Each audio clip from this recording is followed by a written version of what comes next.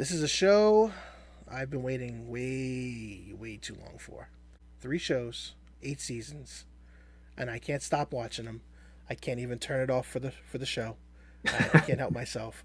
I have the one and only Waco O'Guin with me, my friend. Thank you so much for being here today. Cool, Benny. Thanks for having me here, man.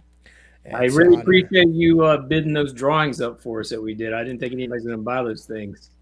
Yeah, you thought wrong, and Whatnot. my pocket thought wrong too, but it was well worth it. I'm so grateful to have probably pissed off the other people that were bidding because I was getting to that point where I kept seeing the same face. And I'm like, this guy's going to get sick of me. But I am who I am, and I'm glad and thankful to get those from you, especially the awesome cameo you did for my wife. Thank you again for that, or Oh, your yeah. friend Bobby. You know, Hey, it's Bobby Card here. And this is a message to Jesse from Benny. And he wanted me to tell you happy anniversary. Goddamn, this has got to be the worst fucking anniversary present I ever heard of. Then you Bobby came did in the it, yeah. clutch. Oh, But yeah. yeah, we have a lot to discuss today. But I figure we can start with the basic stuff. How have you been? It's been a little while. I know, as far as traditional podcasts, I haven't seen you do a show in quite some time, maybe 5, 6 years or so. I know you've always been busy in the background doing your shows, but how have you been? You know, what's going on with you personally? It's been a nice vacation of having no job. Fair enough. Fair enough. It was a nice forced vacation. But Okay. Roger and I, we realized that we needed the break. We have been going at Netflix for 5 years. Right. And when you're writing a show, at least the way we do it, it's kind of 7 days a week. It's really tough. So we're doing that for 5 years. We'd have some, doing writing is harder when the writing's over and you're just producing it, approving art. It's easier, but it was kind of like 6 months, 7 days a week, and then 5 or 6 months, a little easier. But it was really draining. And yeah, it's not anything we wanted. We wanted Paradise and Farzar, especially Farzar, to go a little longer because we had this plan of bringing both shows together, and we had an ending we were excited about. Okay. But you can't control these things. It's like a miracle to get picked up in the first place. Right. So we just trying to practice gratitude and so lucky to even have these shows in the first place. And you can't control it. You can only do the best you can in the time you're given and hope for the best. And sometimes it goes your way. We were really riding high after those first few seasons of Paradise, and probably the most success we've had. And then things changed. Leadership changed at Netflix, and a lot of different factors. COVID had a lot to do with it, and then the strike. Unfortunately, Lance passing away, which is a really sad thing, and to lose our number one actor from Farzar didn't help. Right. So you just can't control any of this stuff. So you can drive yourself crazy, which we did. We spent a long Understandably time so. going nuts. We went nuts, and then we came out the other side of it, and like, God, we're burned out. Maybe I can get to see my kids, stuff like that. Yeah. And now we're finally in a place where we're happy and we're working on stuff. We're doing creative stuff again. We're pitching again. Awesome. We created a lot of stuff, and we'll see what happens. But we know at least a few things we're getting done. Right. So Which I know one will be able to talk a little bit about, so yeah, I'm happy about that. But really, the big thing I have to say is I'm happy for you, truly, because it's one of those. It's a tough situation because obviously you want your creation to stay into fruition for as long as yeah, possible. When things are out of your control, things like this happen. But it kind of becomes a little bit of a blessing in disguise because it lets you kind of take that step back, focus a little bit more about yourself, your family, and a lot of people forget in the world of creative, you can get lost in it very easily, especially when you're committed to a craft that takes as long as it does. yeah. So, I commend you guys for sticking with it as long as you have. And, you've been doing this for 21 plus years at this point, in all different kinds of mediums, but you've been consistent. You've been like that real dynamic duo, and it's just awesome to see that despite what we've had to face with losing the both of the shows, you have that success in being able to tell those stories that you want to tell. So we can go right into that real quick, but I want to talk about the fact that it's not something you haven't done before. Yeah. So you've had success with it, which is awesome. So the same artist is doing the cover for us and the colorist. Awesome. So yeah, Jeff Rebner and Mick Rose, they're this team. Jeff does the line work, Mick does the color, and they are the best we found. They, for stuff like that. That's amazing. So we're pumped.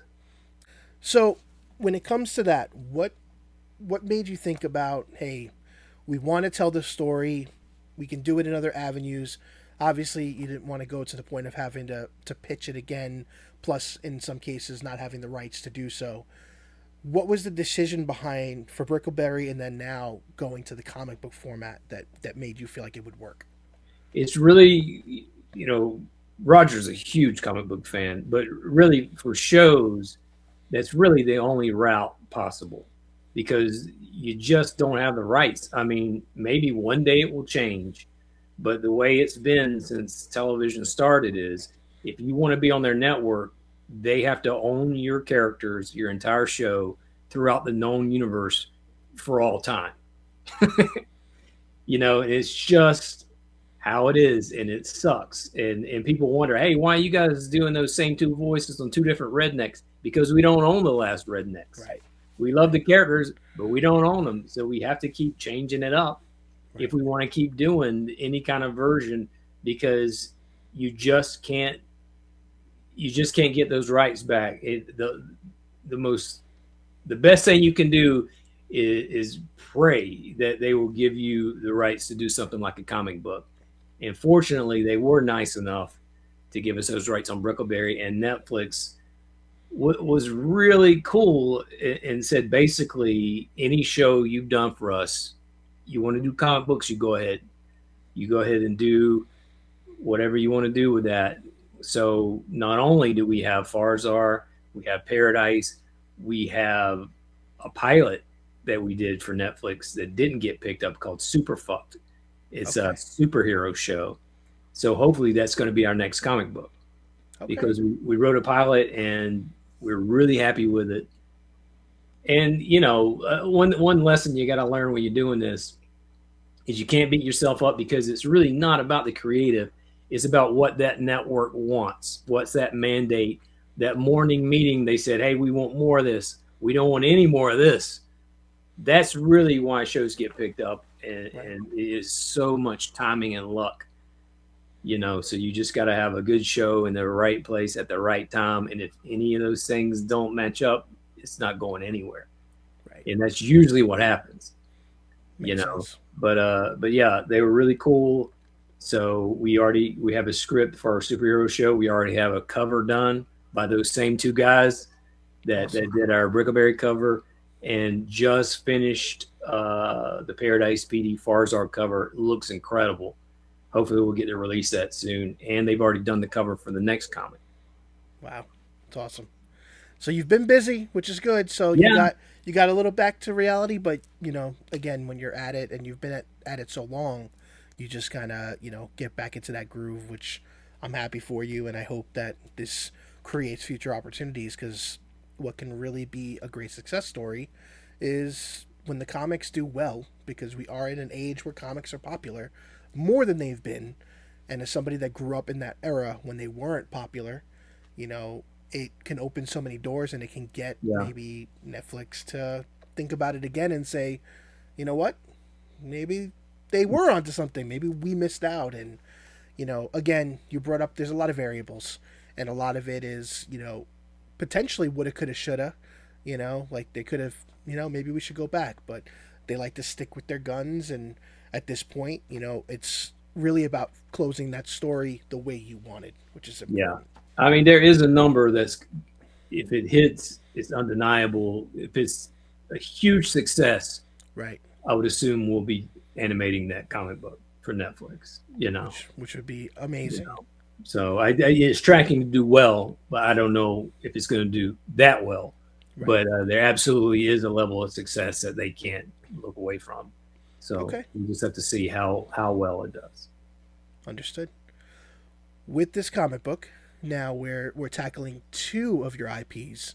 Yeah. So that sounds challenging in itself because for the audience, we haven't had a crossover yet. And obviously with Brickleberry, you had that Paradise PD crossover, but by the time the book was done, the show wasn't out yet. So Yeah. doing that in comic form, are you breaking it up into issues that you might do into a graphic novel down the line? How much can you share leading to that Kickstarter? That was the plan to begin with, that we were going to do kind of issues. And then we started talking about doing a Kickstarter for each issue. And I'm like, well, that means potentially we could leave the story untold again. So what if the first Kickstarter does well, the second one doesn't? It's going to be another cliffhanger. Right. And That's then a we good point. scrapped that. We said, we're just doing one big book. And we're going to Okay. put the whole story in one book and the ending. Because we were going to do one that was much longer. And then we said, no, we want to get it out there. And we wanted, the whole purpose to do this is to be able to tell the ending that we had for all these years. So we're doing a good sized book that's going to tell the entire story and have an ending. So we're just doing one. And I assume variant covers, and you're probably going to have a ton of perks and a ton of perks. And the first cover I've seen is the best one that we've ever done. Awesome. You've also been throwing some other stuff on your social media. So you obviously give us some flashbacks of some great clips from the different shows, but you have something new that you mysteriously started posting about and brings back the personality of two of our favorite characters. So the Scruggs. Yeah. I'm intrigued because you've been very mysterious about it. Well, as I was talking about, like every time we pitch a show, they own it. So with this show, we're trying something different. What we're trying to do is start online, get it popular, and then we would own the show. We're going to try to develop the IP. And I tell you that Facebook's doing great. He's the smartest man I know and I ever met and ever will, except for maybe the baby Jesus might be a little smarter than my daddy. Uh-oh. Breathe, daddy! Sometimes he does forget to breathe. The Facebook is doing better than anything. And, it's probably got over 1 million views already. And we haven't really even posted that much. But, yeah, it's really doing well. So we're encouraged that this might actually work. Just doing these, just like I took a freaking Cola guard and, because I'm 50 and I was like, what if a porch pirate stole this package? And I was like, that's a Scruggs. We got to do. And I just released that one this morning. Yeah, that was great. I stole this package off this dude's porch. Colo Guard. Sounds expensive. I'm excited to see what it is.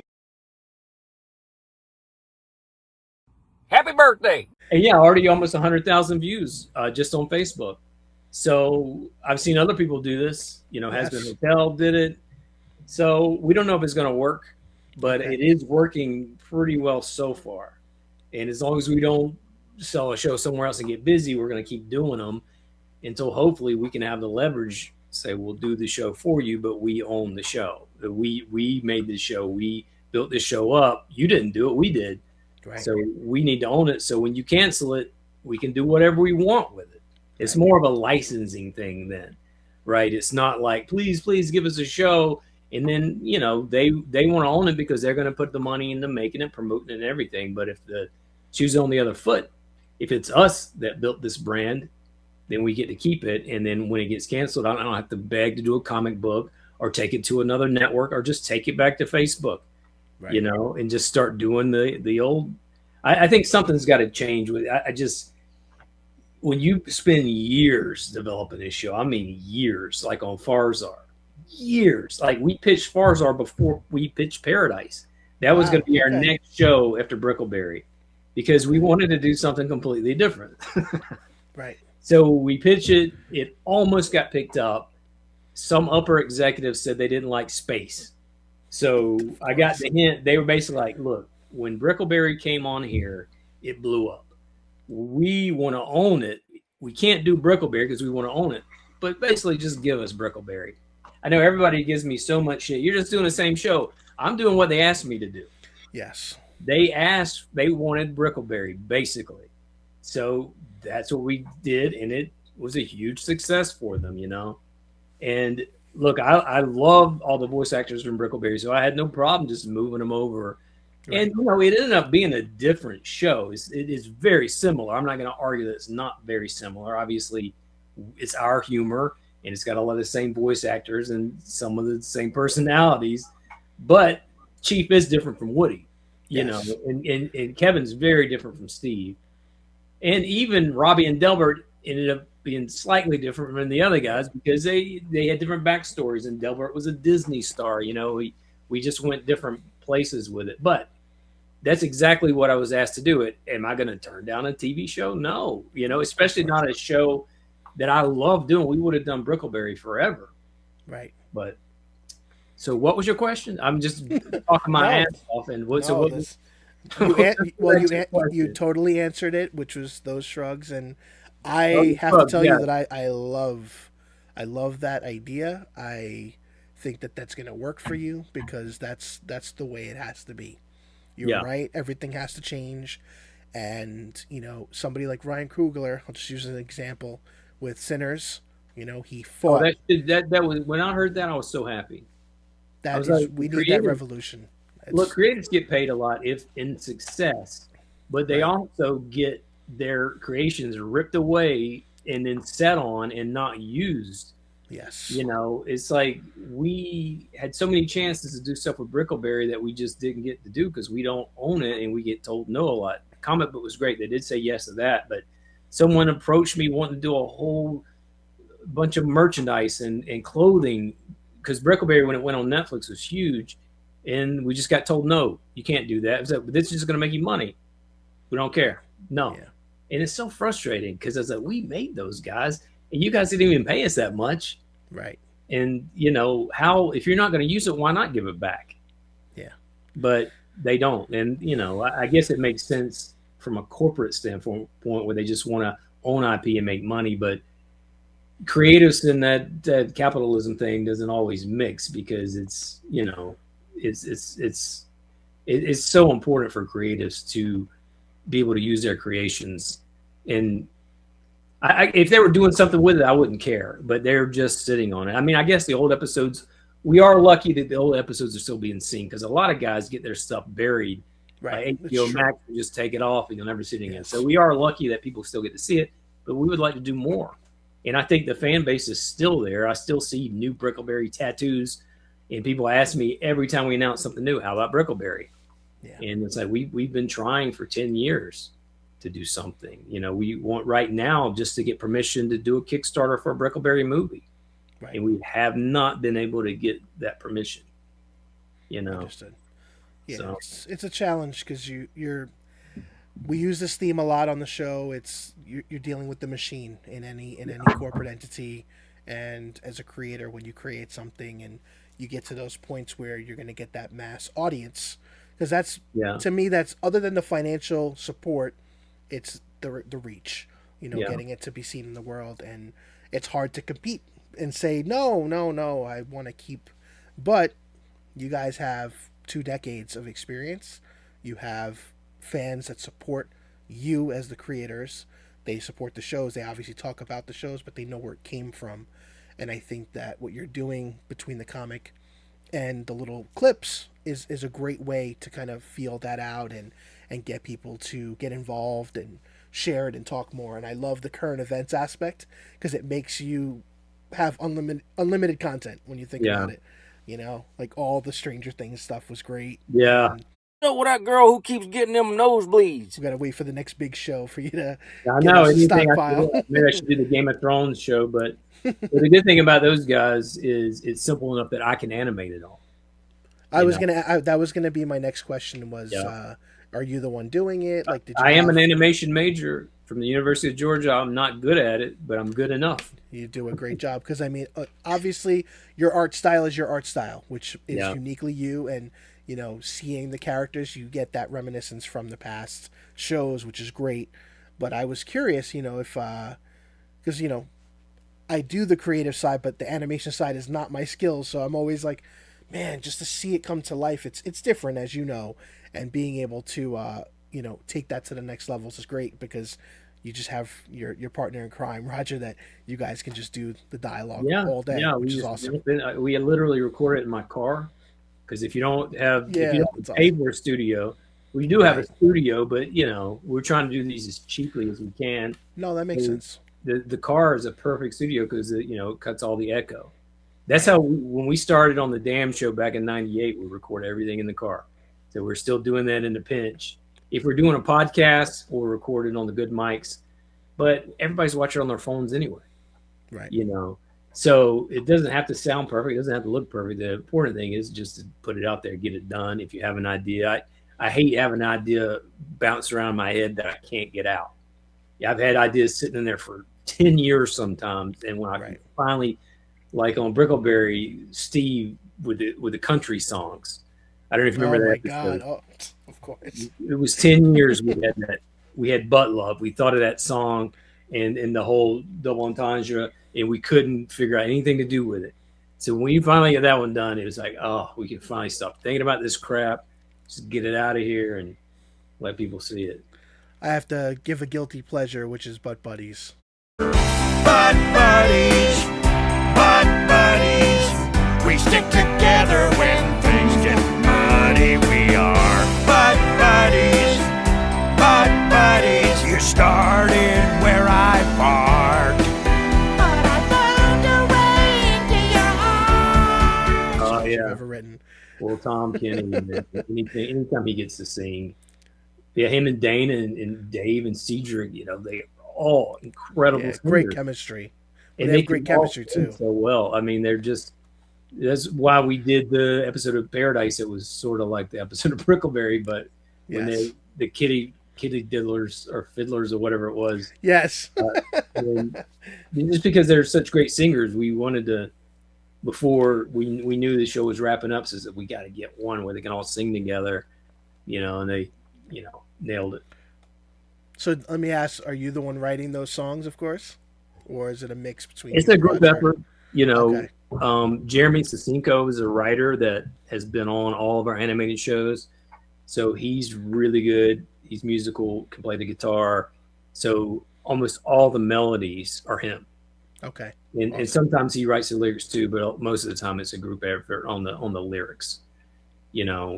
So like on the country episode of Brickleberry, we just spent days in the room just pitching lyrics, pitching songs. Okay. And the two guys who wrote that went off to write the script, and we were in the writer's room writing all the songs. So they didn't write any of the songs. They just plugged what we wrote into the script. But that was one of the most fun episodes. Yeah, just writing songs is just fun. It doesn't really feel like work at that point. It's a lot of fun. It's great because again, it fits the worlds that you've created. It's always over the top, but it's just appropriately fitting. And no, I hope that you continue that trend. With some of the future stuff that you're working on. So yeah, we didn't know Dana could sing. He did an incredible voice for Dusty, and then the first time he sang, I'm like, you're going to be singing a lot on this show because he's like a trained singer. Right. I mean, listen, when Dusty's doing those high-pitched screams, he's hitting them notes. That's a good sign, too. Yeah. Breaking that glass. Yeah. Dusty's one of my favorites. He does an amazing job. A role in Farzar as well, right? Oh, yeah. He had Farzar, right? He had all the roles. He was Farzar, Billy, Feichel, and like Billy. Billy only here because you not care about Billy's. Barry can kiss Billy's ass. Not unless he bids. a ton of like ancillary side characters. So he was 3 of the main characters. That's awesome. Yeah, he's super talented. Question about just starting at Brickleberry. Obviously, you answered the question with when you came to Paradise PD. As far as the theme, it became like, hey, do more of this. What was the thought and the inspiration behind the focus of being occupational comedy? Because, I mean, I feel like that's a common theme as well. My brother-in-law is a cop, and he took me on a ride-along, and that was the nuttiest night I ever had. He pranked me. He like gave me a gun. He was just messing with me all night. So that was kind of what got the ball rolling and started thinking about just wild stuff that happens to cops and how much more we could do than we even did on Brickleberry. And the fact that cops back, well, now too, but back then were having a moment where they weren't so popular. They were having a hard time getting people to work there. Right. So that's when we're like, what if there's like an old guy, they can't even get rid of him because it got nobody to replace him. Right. So it just kind of started dominoing, and we just started coming up with, you got a good idea when it's easy and it's fast, and the ideas just kind of come, Right. So it came, we pitched Farzar. They were like, we're not doing that one. We want a show from you. Make it think about like Brickleberry, like Workplace, like more grounded. And maybe a week later we were pitching them this. That's how fast it came. And it came out fast, and it just had tons of momentum. And before we knew it, we were writing a script, and we were picked up. And it happened really quick. And then you got 4 strong seasons out of it, which were, I feel they were dynamically different, which is great. Because I think that you also stepped out of your comfort zone, because with Brickleberry, you tended to not have continuity, because you know, like somebody can die one episode and be back. Yeah. But then you built out a story that was much more fleshed out. I think you did a great job with that. Yeah, Netflix wanted that. Netflix was their binging model. They wanted, kind of an episodic story, something with an arc, cliffhangers. And we were hesitant because we were just like, why don't we just do it like Brickleberry? That worked, and people like that. But once we started doing it, we liked it because it made it easier because we had a jumping off point. We knew how we wanted it to end. We just had to get there with Brickleberry. Every episode, we had no idea. Well, we got to come up with 3 stories starting from nothing. Right. Paradise, we always had the arc, especially season 1, to fall back on, the dirty cop. Like, we need to talk about this a little bit. And we knew where we were going because we knew how it would end. And then when it came out, people, like, I remember screening the first episode, like, when we revealed that there was a dirty cop, everybody's like, oh, like, wow, we never had people kind of excited about it. Was more just about the jokes. Right. They're actually excited about the story. Exactly. So it was a kind of a different thing. It was like, oh, okay. People actually, even though it's a silly show, they actually care. It's like a mystery, they want to, so we were into it and, kept it going somewhat with Farzar, and the new show that we're pitching is even more into like an episodic type, season long arcs, so I think it would even lean heavier than Paradise into that. So it's exciting because you kind of have the skeleton of the story, and then you just got to figure it out instead of just, what are we going to do this episode? It's actually easier. Okay. You have a platform. It's like a Vimeo type platform where you have all of your stuff hosted outside of the traditional platforms. Yeah. I think it's a really great idea. Is that something that you've always wanted to do? Because I know you've talked in the past about, putting it on here, not being allowed to post this, and having restrictions. What was the thought process behind kind of building a platform, almost like a Patreon of all your archive footage, but then the ability to add more? It really was, YouTube just kept getting worse and worse, and they kept flagging more and more of our videos, and it seemed like anything we would try to post would get demonetized or flagged. And, because we joined YouTube in 2006, man, right after our first show, Stanker Vision, right when it started, and we were instantly a partner as soon as they started the program. We had to be one of the first couple thousand partners they had. And it was going well. We were getting paid and posting our stuff, and it was getting millions of views. And then just, I guess partly our fault because we got busy and we weren't like keeping up with it. We weren't posting because we had shows to work on. We didn't have time. Right. But yeah, it's just like even the old stuff, like the Bobby Possum God's Math, man, that thing got 10 million views, and then it got flagged. Right. You let it get 10 million views, and then you're gonna, and yeah, it is a crazy video. But when it gets like flagged for, you got to be 18 signed in, the videos drop 90%. Just drops to nothing, and it's just really frustrating because you don't know what they're gonna have a problem with. You don't know when you're gonna get hit. So with this, we don't have to worry about anything. We just put everything up there, and anybody who wants to see it can pay a few bucks a month. And it's tons of content. And we put the Scruggs video up there. We're putting new stuff up, new animations that we've done in the last few years. We're putting up there instead of YouTube. And yeah, it's going well. And I think we're just going to continue to add to it as long as people are still into it. We'll keep adding stuff. And we're doing the Brickleberry podcast on there, which has been a lot of fun. It's been a lot of fun to talk to the guys and kind of go back and talk about the show and how we started the show. But yeah, it's called Damn Show Plus. And you can get it at damnshow.com. And it is a Vimeo OTT, they call it. And it's a cool service. Yeah, I'm glad they have that. I'm glad they offer that. Very inexpensive considering the amount of content you have. I mean, obviously, potential users will vary. I like, just being able to have it accessible on my mobile, and anytime I'm in the mood to get a good old school laugh, Yeah, and we're coming out with a Roku app soon. Awesome. It's been worked on, so hopefully it'll be out and available soon. That's exciting. Cool. I would love to ask you about some of your inspirations for the style of comedy that you guys do that could be maybe animated prior. I think we've talked a little bit offline on some of that. Any comedians that you may have been inspired, in the past, 15, 20 years or so, that maybe helped inspire you come up with some of the types of jokes that you guys do? Because I feel like your brand is very unique. But, we've had some comedians and some shows and some content that a lot of people don't know about, that is similar.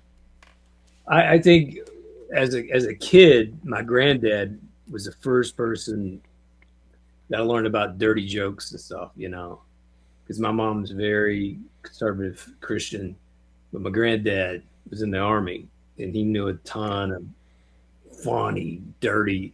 So he would tell me these jokes and my mom wasn't around, and it's just like I would like roll on the floor laughing at some of this stuff, So I think that's what sparked it originally. And then as I got older, like Saturday Night Live, the years of Dana Carvey, Phil Hartman, and then Sandler and Farley, as I was coming up, I loved that stuff. Man, that was just the greatest. And then you can talk with your friends about it, like, oh my God, and quoting the stuff. So I was a huge fan of Saturday Night Live all the way, man. Monty Python, definitely like that. And even like Three Stooges, I could still watch that and just bust a gut laughing, like Mr. Bean, man, I used to love that stuff. I loved it, and then more recently, Curb, I'm a huge fan of Curb. I couldn't, I was so sad when they ended that. I just couldn't get enough of that kind of stuff. And the Simpsons was a huge influence. I love The Simpsons, because, man, I guess I was like 14 when it came out, and it was so naughty. I mean, it seems so tame now, but you couldn't wear the shirts. Right. So, we got this thing, they won't let us wear it, and it just made us love it more. And I just thought it was so cool that something on TV, you can't even wear it to school. That's how bad it is, and it just feels like you're just breaking the rules to even like it or try to sneak in with that shirt on. And that whole feeling, I always just love that, man. That just doing something that you shouldn't be doing, or saying stuff or laughing at stuff you shouldn't laugh at, Yeah, So that's true. That was me for South Park. So yeah, my first day in high school was South Park, and had my shirt on and got in trouble for wearing it. Yeah, South Park blew away the Simpsons when they came out, man. It's like a whole nother level. That was wild. Well, different edginess, if you will. Yeah. They push the bar a little bit in a different way. Yeah. And I mean, I feel like it's funny. I've thought about that in the past too with, your shows. Like, I don't feel like you intentionally push the envelope. It's just, it's out there to be out there. And some of it, it's not so far-fetched. But, obviously you have shows that are there for shock value, and it's a little more obvious. And it's topical, and, we do get a little peel on once in a while, which I'm okay with. It's always good. we really just doing stuff that makes us laugh and hoping other people like it too. Well, that's the core of it. Yeah. That's what's important. But let's go back to the Kickstarter, because I'm sure that people are watching are like, all right, you talked about it and then you kind of segued. I did that on purpose. But let's get to the meat and potatoes as much as you can share. We have a pre-launch page that's been up for about a month or so. We have, some excitement for that. Can we get a tease of maybe when that might launch? It is launching March 3rd, and that is concrete. We're not changing it again. Okay. I know we kept pushing it back, but we've never done one of these, and we have some really talented guys helping us. So you're following their lead. If they say, hey, we need to push it back to do it right, we're like, cool. So it had to get pushed back a few times, but it is definitely launching March 3rd. And fantastic. That's not changing. We've got almost everything ready. We're just final touches. And I think it's going to be big. I think there's been a lot of interest in it already. It's got a ton of followers, for something that's not even launched yet. Which is huge. That's a huge milestone. So I commend you and congrats for that. I'm excited. We're going to make sure to have the links to all the ways you can see you guys, and hopefully, we'll have some news to share in the future that you get that goal hit real quick. That's the hope and the passion, and skyrocket. But I hope we are. I hope we will. It's looking good. The interest is there. So yeah. And I have to say, it looks, I've done a little bit of my research on the publisher. Looks like you got a great partner. Absolutely.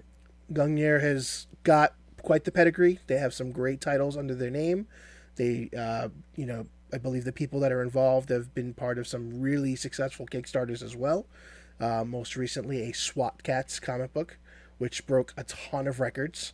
Yeah. So, I know Matthew it's and different. Kevin, they're experts, man. They, it's like, you got to surround yourself with people who know that part, because you're going into something, anything like when we wanted to do animation, we hooked up with Bento Box experts, and I feel like that's what we're done here. These guys have been very successful in this space, and Kevin crushed it with that SWAT Cats. I didn't even remember SWAT Cats. Oh, I did. But he crushed it, man.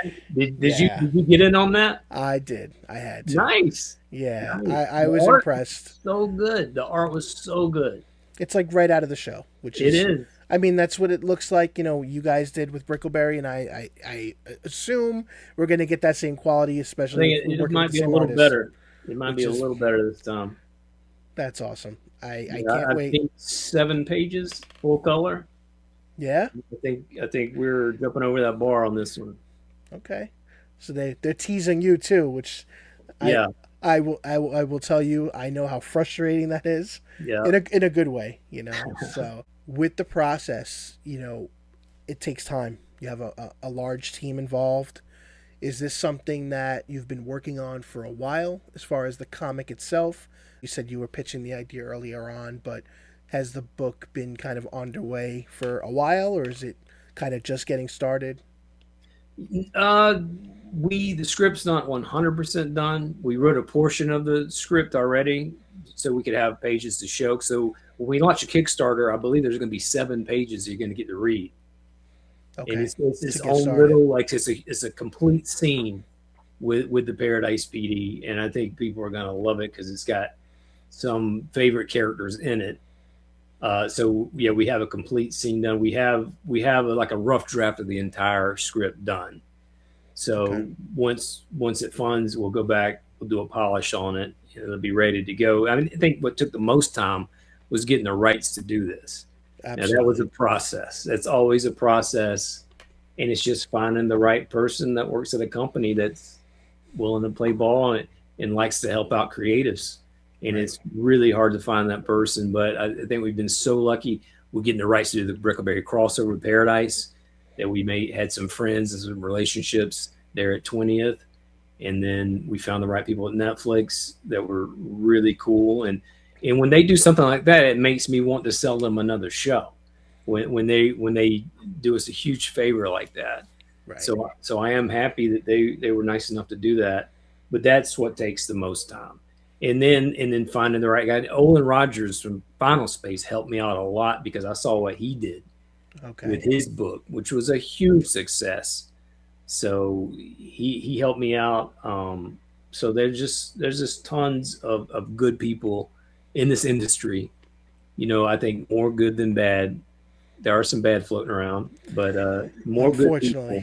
There are more good people, and it's just finding those people to, you can help each other out when you find the right people. And Olin did this huge favor, but it was probably over a year-long process just to get the rights and figure out how to do it, get hooked up with the right people to do it the right way. And I think this is going to be done the right way. Like you said, we got the SWAT Cats team on this that raised, I don't remember how much they raised, 700, 800,000. Yeah, it was almost $1 million. It's insane. Yeah. And the cool part about it, for me, the stretch goal that mattered to me the most was that they can fund the motion comic out of it, because then they get the voice acting, and it goes back to bringing the pages to life, and people go in saying, hey, I can get as much of this IP, I'll take it in comic form to get it at all, but then to be able to, revisit it that way is a huge aspect, because that would be cool for us to do with ours. I think our voice actors are still game. I don't think our contract says we can do that, but that's the gray area. I don't know if it says we can't do that either, because it's not animation; it's a motion comic. Yeah. I'll have to think about that, reread the contract, maybe talk to the guys. I incredible loophole. I don't know. There's I miss those voice actors so much. I mean, they're just the nicest people, and we got to hang out with Tom for like 3 hours doing the podcast. I cannot wait to see that show. That is he tells really his whole life story. It's amazing. It's wonderful. He's so talented, and again, I feel like not enough people know of like these roles that he's done, and how drastic they are. From he's done a lot of stuff over the years. He's got a pedigree again in doing it, but these are some very diverse voices, and it takes a lot to go from SpongeBob, to he would come, he'd been doing all the kid shows, and he comes to us, and he's just like a relief to be able to let loose. He's like, because we always had crazy stuff written for him to say. Of course. I mean, the fact that, we had him saying it's time to bust ass. That's the smallest thing compared to the things he said, but anything, he was game for anything we could come up with. Because he's like, look, I'm just saying the words you wrote, so if you don't like it, I blame you. I'm like, that's fair. Just doing your job. And the secret is a lot of people, again, would not think it's him, unless you're doing your research and you become a fan enough to investigate. Yeah, it's very different from anything else he does. Yeah. I don't know where he came up with that voice. He came into audition. The minute he opened his mouth, he nailed it. It was that he was Woody from the second he started. I'm like, wow, this is it. There was no competition, and he was the very last guy. We almost left. He was so late. And we're like, we don't know who's going to be Woody. We didn't. They were good, but they weren't the guy, Right. And he got up there like, oh man, that's him. He nailed it. That's awesome. All right. When it came to getting started with Paradise, obviously you're in a different team now, different process probably. Were you able to get that agreement early on to bring on a lot of the veterans, either between the voice cast, the writers? Is that something that you had to sell to Netflix to, convince them enough, like, hey, we got a lot of great people we can bring? Or did they say, you got to shop for new people first? Netflix let us do whatever we want on every level. Okay. It was basically which is unheard of, as you said. Yeah, I mean, they approved everybody, but if we felt strongly about anything, like, yeah. I mean, that's smart. I mean, we've done it before. Right. And how would I never get an executive thinking that they know better than the creative.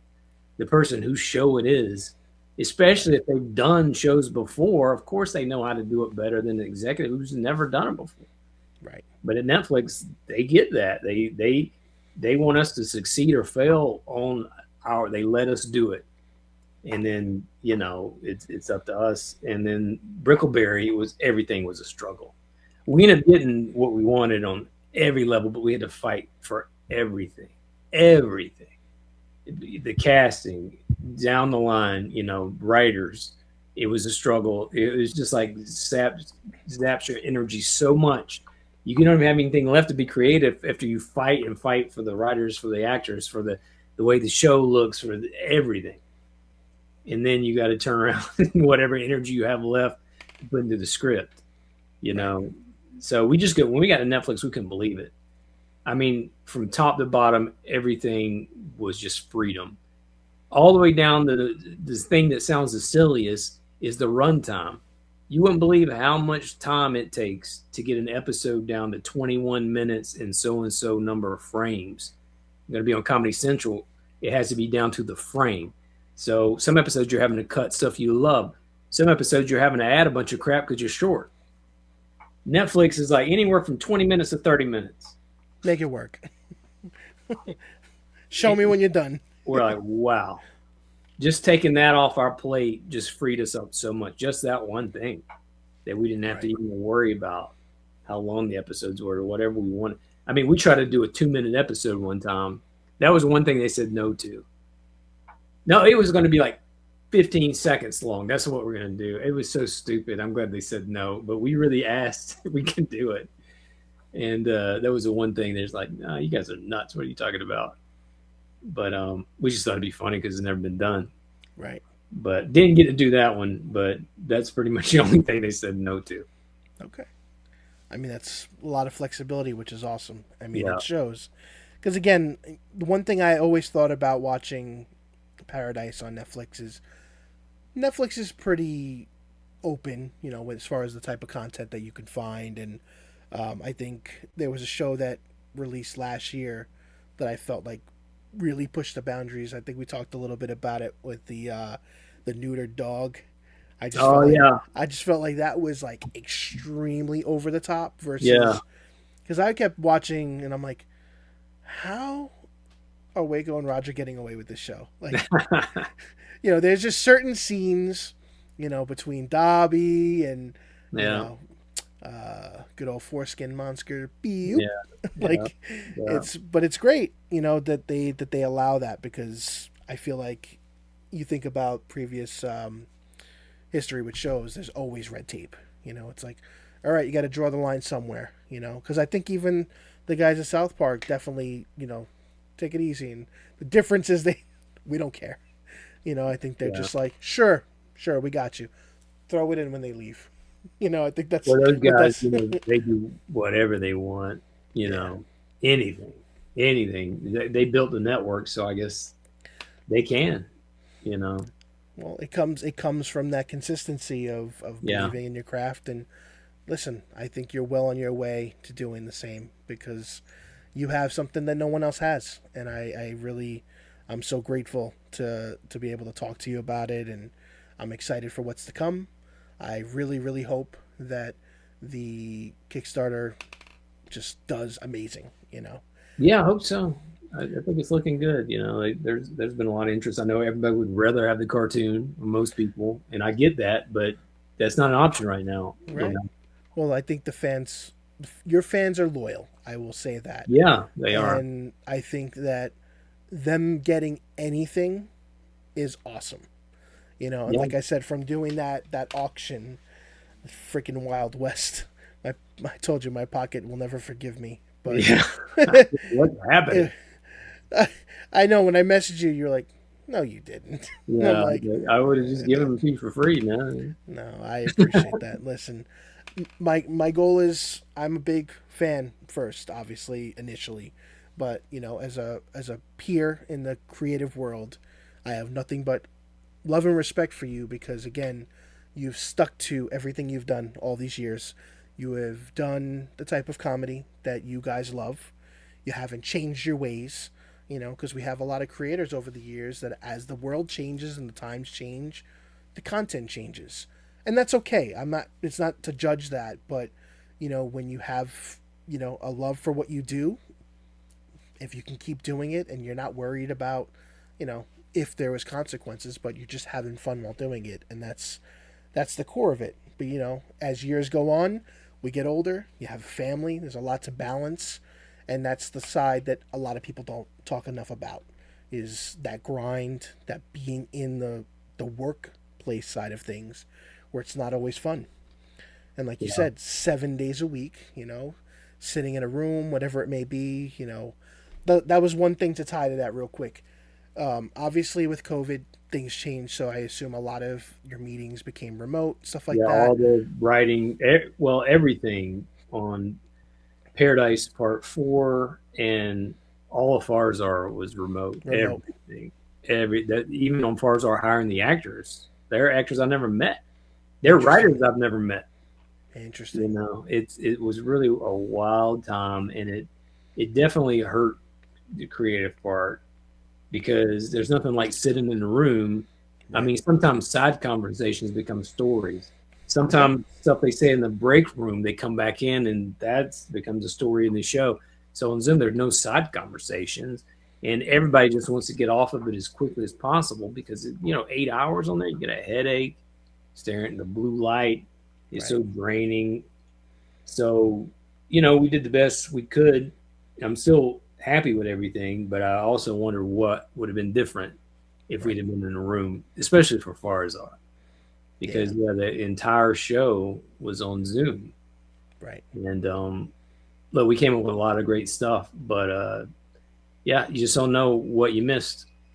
What would have happened if we'd have been in a room and having a good time, and what we were going through. Everybody was going through a rough time during that. It was just like an insane time of everybody's lives. And the fact that you've done both sides, so you've done the in-person work versus the remote, and you clearly see the performance difference. Just it's a personality aspect that you're connecting with the fellow creators is on a different level. Absolutely. Yeah, it's great that you got to do it at all. In my eyes, because I know that there are opportunities during that time that stuff got canceled altogether. No, we're lucky, and it was good to have work during that time. So, things were uncertain for a while. Oh man, it was great to be busy, and it went by faster. Being busy. But yeah, I won't do a Zoom room again ever. A lot of people, showrunners, moved away because I could just Zoom the room. Like, I'm not Zooming the room. Right. I'm staying right here in Burbank, man. I'm not going anywhere because I want the show to get picked up. We're getting back in a room. We're having fun, just like the old days. Yeah, I was going to ask you, do you miss being in Georgia? But are you happy? I miss the friends. I did miss it for a while, but we've been out here so long, like over 10 years now. Now this feels more like home. You go back there, it feels a little weird, but I miss the people, but I like it here. Okay. Well, I hope you get those opportunities to get back in the office and, do the good stuff, because I was going to say the voice acting stuff too, I would assume was mostly all remote too. Cause I know everything I do now is remote. I don't, in-person stuff is very rare. Editing, mixing, color reviews, design, looking at animatics, all over Zoom, everything. Right. I can't believe it actually worked, and we still hit our schedule. It hit everything, stayed under budget. But it worked well, but it just like the soul got taken out of it. The friendships that would have been made in the office and the relationships that would have been built. People don't meet in person, Yeah, it's just like not a good experience anymore. It's just work and just getting it done. Right. And it comes out all right, but you miss something. Understood. Last question I'll ask you: what was it like working with Lance? And dude, it was a dream. What brought him to Paradise PD in one of my favorite roles that I feel like is completely unexpected? That was a dream come true. I watched The Wire after season 1. I binged the whole thing. Never watched it before. And the one thing I got out of it is like, this guy, Lance Reddick, we got to get him. Because I could just hear him, because how serious he was and such a great actor.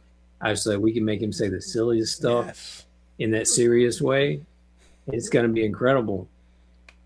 So I didn't have any idea that he would do it, but we went to him, and he actually said yes. And the first time he came to, and we didn't know him at all, we thought he was serious. We thought he was the guy because that's all we knew of him was a serious character. Right. But he is not like that. He is very silly and loves dumb silliness, just what we love. He loved the same type of silly jokes and everything that we love, but we didn't know that. And then he came to a table read, and it was big ball energy. I got that big ball energy. When Chief gets these huge nuts, and that song that John DiMaggio sings, and I think John was there, and he sang that song, and I went up to Lance after, and I was like, "What'd you think about the table read?" He just goes, "It was very educational," just like that. Well, what does that mean? So I'm back in the writer's room freaking out. I think he's going to quit. Yeah. I don't know. What does that mean? Very educational. Like he got educated how much we're just dumbasses, how stupid we are.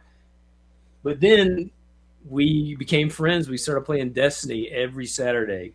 Me and him and Roger, every Saturday morning we'd play together for hours. That's amazing. And tell stories. And when he'd come in and do voiceovers, and he would just be laughing at how silly and dumb the lines are. He couldn't get through them.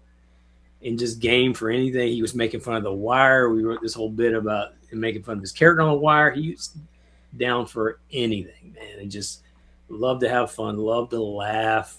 That character who never smiles, not Lance, man. He would smile and laughing, cutting up constantly. That's what he loved to do.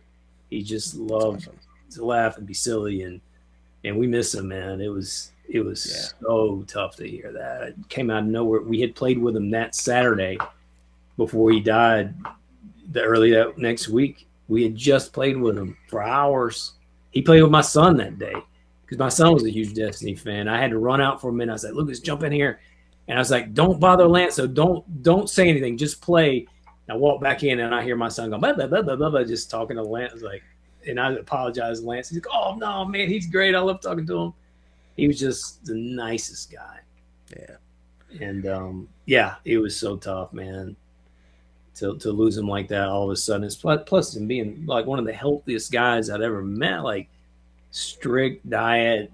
He always exercised on set. He always had in his contract, either he had to have a treadmill or gym membership if he was on location. And that's what kind of life he led. And it's so confusing.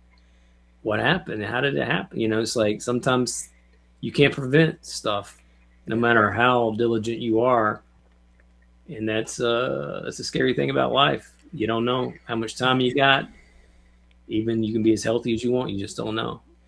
Tomorrow's never promised, as cliche as it is. Yeah, I just wish that someone knew, someone could have, because I'll bet it could have been stopped if anybody had a clue that he was going to have an issue. I just wish he was still with us. Because I'd love to put him in more stuff. I'd love to play Destiny with him again. But coming from being such a huge fan of his, and I would joke when I hired him, I was like, "I want to be his friend." I never thought I would be. I was like, "I'm doing everything I can to be his friend," and we ended up becoming friends, like good friends, hanging out every week. That's incredible. So yeah, I miss him. He's a great guy, one of the best, and just so happy that we got to work with him. Yeah, he's an amazing talent, and yeah, you giving him that chance, he really showed the world, that his humor is unlike any. He's unmatched. Yes, and I'm glad that his legacy will live on, and his characters will live on in the comics. So that's exciting too. Yeah, I appreciate you sharing that. I didn't mean to get it sentimental, but I know we've talked a little bit about him in the past as well. So it was important. But thank you for sharing that. Yeah, man. I'd love to talk about Lance Reddick anytime. I got to give love to Roger now, okay? Because I feel like I haven't talked about Roger enough. I know you guys have worked together for a long time. Yeah. He's a man of many talents, but I feel like he's a lot more behind the scenes, unless we're seeing his arch enemy, Mr. Yucko. What's it like, when you guys are at this point now where, like you mentioned, having this big gap in formal show work and coming up with these ideas? Like, do you guys get together and like kind of brainstorm? Do you get on the phone call? Like, are you sitting in the car? Like, obviously, I know you guys are doing the skits and stuff, but outside of that, when it comes to the business stuff, like, are you guys getting together as much as you can? Because I know that in-person part is important to you. Yeah, we kind of stopped Zooming. We tried that for a while, just doing like an hour or two a day. But we remember back the moment we came up with Hobo Cop, which was one of our favorite characters, because Paradise, we had all the characters is that we need something crazy in the pitch. We need something. And we were walking around this park and just this concept of like a homeless cop and then the name Hobo Cop, like, oh my God, that's it. Hobo Cop. It's so good. So lately to write, we walk. We've been taking walks. Okay. Because it's just something about moving. It just gets the blood flowing, and then, you know, sitting in front of a monitor like this and trying to be creative and trying to write is just like the worst thing. It's the worst thing you can do because you dread getting on. You want to get off as soon as you can. But yeah, we just started taking these walks, and this whole new pitch came up with most of it walking down this bike path, you know, just doing it every day, just coming up with a little bit every day, and just trying to, you know, the challenge is to put yourself in a good mood so you can get that idea, you know, because you need to be in a good mood to think of, to be creative, you know. And back in the early days, like when we had our MTV2 show, we would go to Vegas. That was how we'd get in a good mood. Yeah, that makes sense. But now it's like, okay, we don't have to do all that. Let's figure out different ways to put ourselves in the right mindset, right? Be creative. Because the most frustrating thing is you want to sit down and think of something and it just doesn't come out. You can't make it. Of course. You can't make it come. But if you just get a little something every day, it'll build into something, you know. You can't force it all out at once. It takes time. Yep. And you just got to be in that right mindset for it to come. And it usually does. If you're not trying to force it and you get in a good positive space. Do you feel like early on, before you guys, you know, were getting really into it, did you feel like you kind of hit a wall where you didn't know where to go next? Like, you know, we hit a big wall, man. When both those shows got canceled, we hit the biggest wall we ever hit. To a point we just don't want to do it anymore. Got it. And our manager kept pushing us to do something. We're like, we don't want to do anything. We just don't. And it's like, it's so stupid that spot was so dumb, because what we should have been doing is looking back and being grateful for, look what we did. Nobody gets to do that. We had 2 shows on at once on the biggest platform. People, millions, tens of millions of people around the world saw it. But when you're in the middle of that cloud, you can't see out of it. You can't see back. You can't see anything. You just like, it's like your creative side got kicked like a puppy and it's under the couch and it won't come out. It got hurt. Right. So it just took time, you know, and we had to stop. We just had to stop everything for a while until we were ready to do it again. You know, there just wasn't any getting out of that. You know, we did like get one pitch together, but it was so hard and we didn't want to do it. And we did pitch it and it did sell, but we ended up walking away from the show because it just wasn't going like the way we wanted and way too many notes on a different network. So we quit. We're like, no, we're not doing it. So we passed on the network, which is the first time that we've ever done that. That felt pretty good, actually. I'm sure. But we just slowly been getting ready to get back out there. And I think I told you before, we do have a show we're really happy with. We're pitching it now. So we're hoping this one goes because I think people will love it. But I just want to say about Roger, like, he's the best partner I could ever ask for. 26 years together. We don't fight. You know, a lot of partnerships go south in way less years than that. Just button heads and stuff. We're almost always on the same page. And he's just a great partner. Yeah, I mean, the fact that he is pretty much, you guys have that dual, the dual characters that'll live on forever, which is really. Is that something that you guys came on together early with, like before you started doing the shows? I know you had it with the Damn Show and stuff like that, but was that a plan to like kind of adopt them throughout your character history? No, not at all. We did it for the Damn Show, which we liked those characters, And then Bobby, we just needed like a redneck in the pilot. In the first episode of Brickleberry, we needed like a creepy redneck. And we're like, why don't we just stick Bobby in there? Why don't we just do like an animated version of Bobby? And then Bodine didn't come along for a while. And then when he did come, he sounded different. Okay. And then when we finally stuck them together, like, yeah, this is how it should be. These guys should be best friends, like a Fred Flintstone, Barney Rubble type. Like Bobby's the guy who's aggressive and thinks he's smart, but he's the dummy. Bodine knows a lot. He's more wise. He doesn't talk that much, you know. It's kind of like he's that voice of reason in his own way. Voice of reason. That's right. That's right.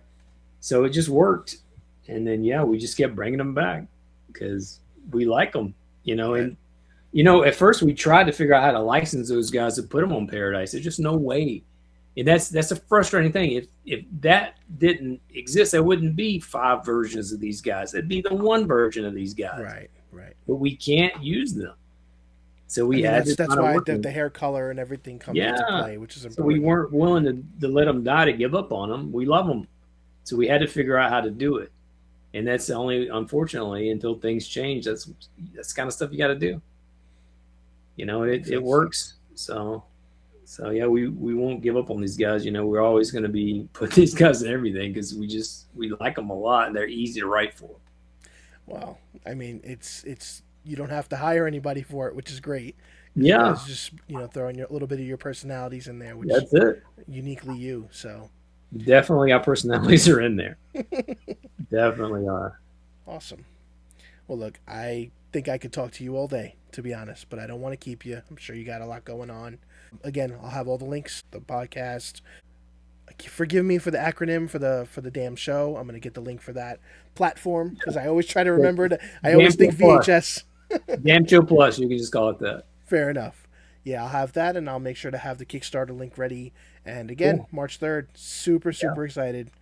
Thank you so much for your time. It was an absolute honor to talk to you. I hope one day we can get Roger and chat it up. Yeah, we should do that. That'd be cool. Yeah, man. But yeah, wish you the best of luck. And everybody, thank you for watching. Hope you have a great night. And remember to take care and have fun.